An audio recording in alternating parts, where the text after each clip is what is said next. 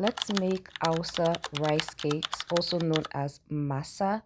This is a treat that I grew up eating in Abuja, which is located in Nigeria. That's central Nigeria, but they eat it a lot in northern Nigeria. It's an Hausa dish.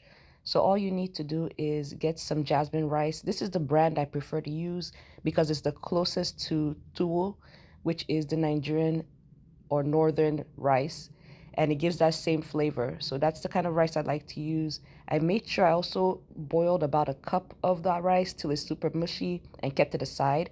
First, I'm going to bloom my yeast, but you don't need to do this. Just get instant yeast and save yourself the trouble. Get 2 packs of instant yeast. Then go ahead and blend your rice in your buchi mix blender. And this blender is super powerful. Just make sure that it's super liquefied. It depends on the texture you want. This is an example of what it should look like before you add your cooked rice. That cooked rice is just going to give it a little bit of more texture and makes it really taste like authentic Hausa rice cakes, authentic masa. Go ahead and do that, then pour it into a bowl. I'm going to show you the texture that you should be looking for after you've added your powdered milk, your bloomed yeast, or your instant yeast. You're going to mix it up. And after mixing it up, you're checking to see that the texture looks like this. Not runny, not too thick, a little bit loose, but just like this. Then get your pans.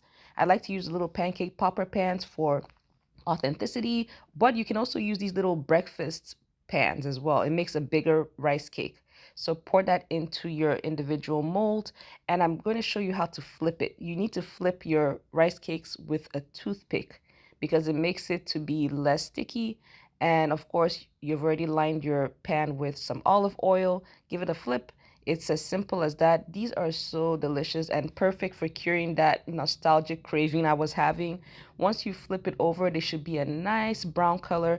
What I like to do is give them a little twisty twist because that shows me that it's fully cooked and it's not sticking to the bottom of the pan. Like I said, these little breakfast sausage pans are really, really convenient as well because you can make a bigger masa.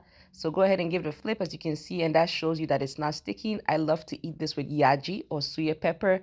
And that's it. That's all super delicious. Let me know if you'll be trying this. This is a perfect snack that you can pop in the freezer and then take it out and just air fry to reheat. Thanks so much for watching. Bye.